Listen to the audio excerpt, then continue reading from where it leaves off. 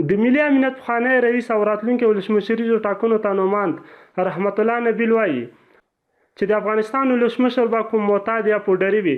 سلامونه نیکې هیلې په دې هیله چې ټول روغ او جوړ اوسئ. د ویډیو شروع کېدو څخه مخکې زموږ د یوټیوب چینل پښتو ټاپ ټي وي همدا اوس درسره سبسکرایب ورسره خوا کې د ګونګړي نشان وهئ. ویډیو حتما تر پایه پورې ګورئ او له نور دوستانو سره مو شیر کړئ.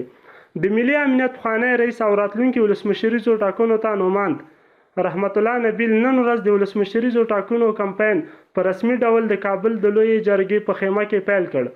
نوموړي خپلو پلویانو ته په وینا کې وویل چې تیر حکومت او په ځانګړي ډول ولسمشر غني او اجرایه رئیس ډاکټر عبدالله د ملي یووالي حکومت په دوره کې ناکام شوي دي.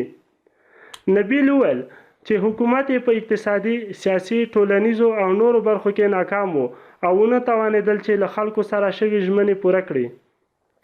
رحمت الله نبیل ویلي چې په هیواد کې د بدبختیو او ستونزو کچه دومره لوړه ده چې د رایو ورکوونکو له شمېر څخه د په هیواد کې د شته معتادینو یا نشي توکو کارونکو شمېر زیات دی. د نبیل په وینا چې که چیرې د معتادینو له منځه کوم یو نومان شي نو ولسمشر به شي. رحمت الله نبیل د راتلونکو ټاکنو لپاره خپل پلان وړاندې کړ او ټینګار یې وکړ چې د امنیت او عدالت لپاره به ګړندۍ چارې وکړي. ویډیو در سره حتما لایک او له نور دوستانو سره مو شیر کړئ.